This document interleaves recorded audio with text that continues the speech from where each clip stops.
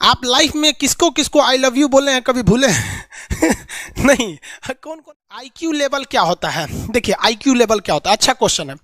आप बस इसका जवाब दे लेने दीजिए फिर पूछे आईक्यू लेवल क्या होता है। इस ब्रेन का सबसे महत्वपूर्ण हिस्सा जो होता है सेरिब्रम होता है। सेरिब्रम ही हमारे मेमोरी को कंट्रोल करके रखता है। जिसकी मेमोरी अच्छी होती है उसे पढ़ाई लिखाई की चीज़ें, हर चीज़ें याद रहती हैं। तो इसको नापने का भी कोई ना कोई एक यूनिट होना चाहिए ना। जैसे हम आपको गेहूं देंगे तो तुरंत ही उसको किलो में नापिएगा, चावल देंगे तो किलो में नापिएगा, कपड़ा देंगे तो मीटर में नापिएगा, गैस देंगे तो वॉल्यूम में नापिएगा, एमएल में नापिएगा, लीटर में पानी नापिएगा। उसी तरह से हम कितना देर याद रखते हैं इसको काटेक्स में नापते हैं।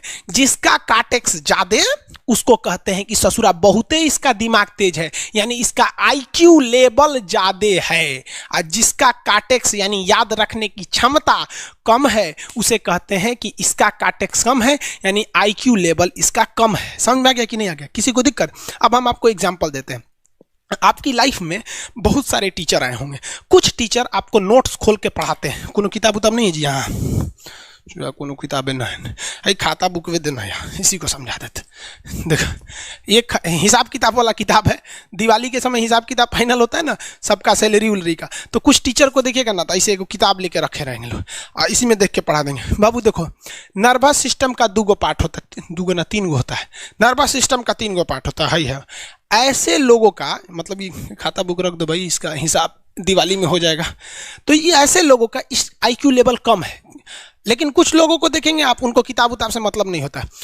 जैसे आप इलाहाबाद यूनिवर्सिटी कभी जाइए तो देखिए, या बड़े टीचर आईआईटी वगैरह जाएंगे, बहुत एकदम टीचर आते हैं आराम से, कोई नोट सोर्स कुछ नहीं, आया पढ़ा रहा है, चालू किया, एकदम मस्त इंजॉय करके चला गया। तो इनका आईक्यू लेवल ज़्यादा होता है। आईक्यू लेवल बढ़ाने के लिए हम आपको बताए भी थे, दिमागीन खाइए, अच्छा रहता है। एक ही तरह की सोच मत सोचिए, अच्छा रहता है। समझ आ गया? प्यार वगैरह के चक्कर में मत रहिए, अच्छा होता है। देखिए प्यार मोहब्बत आपको हो ही जाता है, ये उम्र की गलती है। लेकिन सही क्या है कि आपके अंदर एक समझदारी रहनी चाहिए कि भाई साहब ये उम्र की गलती है, तो इसे गलती भरी स्वीकार कीजिए। अपने आप को जीवन साथी बनाने की कोशिश मत करिए। बस ये एक समाज के लिए गलत है, हमारी संस्कृति के लिए नहीं है। तो आप करते हैं तो छुप के ही रहिए। एक इस लेवल के रखिए कि भाई हमारी लाइफ अलग है, तुम्हारी लाइफ अलग है, तुम टेम्पोररी आए हो, नहीं तो इसमें चल जाओगे। लेकिन अगर ये प्रेम मोहब्बत में पड़ेंगे तो हाइपोथैलेमस एक्टिव होगा, पूरा नर्वस सिस्टम को चौपट कर देगा। समझ में आ गया कि नहीं आईक्यू लेवल क्या होता है? अब आप बताएंगे आईक्यू लेवल किसका अच्छा है? आईक्यू लेवल कैसे बढ़ाएंगे? तो याद रखिए, आईक्यू लेवल बढ़ाने के लिए सोने से पहले का आधा घंटा बहुत जरूरी होता है। सोने से पहले आधे घंटे दिन भर में जितना काम किए उसको सुबह से रात तक देखते रहिए। एक बार रिवाइज मारिए कि सुबह उठे थे, ये किए थे, इसके बाद पढ़े थे, क्या क्या पढ़े थे, खान सर ये पढ़ाए थे। आप कहीं मैथ पढ़े होंगे, उसको सोचिए मैथ में क्या पढ़ाया गया था, खटाखट खटाखट। आपको सोचना ही है ना, सोचने में कितना टाइम लगता है, खटाखट। तो अगर इसको रिवाइज करते रहेंगे, गिन के 42 दिन में आपका आईक्यू लेवल तेज हो जाएगा। फिर आप कहेंगे कि सर जी हमरो बिना किताब का याद हो गया। और अगर यही खत्म हो जाएगा तो क्या कहिएगा, आपका भी आईक्यू लेवल गिर जाएगा। सपना कैसे आता है? ये ब्रेन की वजह से आता है। थके नहीं रहेंगे ना, नींद अच्छी नहीं रहेगी तो सपना आने लगेगा, क्योंकि ब्रेन कभी रेस्ट नहीं करता है। टॉपिक भूल जाते हैं, मतलब आपके दिमाग में दूसरा टॉपिक चलता है।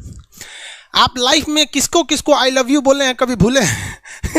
नहीं। कौन कौन आपको मारा है या कुछ उल्टा सीधा बोला है? नहीं बोलते। रीजन क्या? आप कितनी बार किसी चीज को रिवाइज मारते हैं? 21 दिन के अंदर अगर आपका दिमाग कभी किसी चीज को रिवाइज मार दिया ना, तो फिर वो भूले नहीं देगा अगले 2 महीने तक। यानी हर 21 दिन पे उसको रिवाइज मारते रहिए। और अगर हर 7 दिन पे मारेंगे ना तो वो एकदम फिक्स हो जाएगा, एकदम फिक्स हो जाएगा। हम लोग को क्या है भैया, दिन रात पढ़ाते आदमी पगला जाता है। इसलिए आप कोई नींद में भी पूछेगा खान सर स्वायत्त तंत्रिका तंत्र किसे कहेंगे? स्वायत्त में कुछ नहीं आएगा, ये आ जाएगा आपका सिंपैथेटिक और पैरासिम्पैथेटिक, बस यही आ जाएगा। क्यों इतना जल्दी रिवाइज मारा आदमी? ये हमारा सबकॉन्शियस माइंड में घुस गया है। सबकॉन्शियस देखिए, कॉन्शियस माइंड उसे कहते हैं जिस पर हमारा कंट्रोल रहता है। जैसे हमसे कोई पूछेगा कि आप ये अगर पूछेंगे कि खान सर जो 1 हफ्ता क्लास नहीं लिए थे कहाँ थे, तो हम सोचने लगेंगे ये स्टूडेंट है, इसे हर बात क्या बताएगा आदमी कि किस डॉक्टर के पास थे, कहाँ गए थे। नॉर्मल बोल देंगे बाबू थोड़ा सा मेडिकल हेल्थ इशू था इसलिए चलेगा। लेकिन अगर मम्मी पापा पूछेंगे तुमसे हर चीज बताएंगे। तो जो चीज हमारे कंट्रोल में नहीं रहता है वो उसे क्या कहते हैं? Subconscious mind. जैसे कोई हमारा नाम पूछेगा, खटाक से बता देंगे खान सर, समझ में आ गया कि नहीं? ओरिजिनल नाम तो आपको भी नहीं बताते हम लोग यहाँ पे। तो सबकॉन्शियस माइंड में घुसा दीजिए जो चीज। जैसे आप स्टेशन पे उतरिए या बस स्टैंड पे उतरिए, अपने घर जाने के लिए कभी रास्ता याद किए हैं? हाँ, इसके बाद दाहिने मुड़ना है, बाएं मुड़ना। आप फोन पे बतियाते भी चले जाते हैं।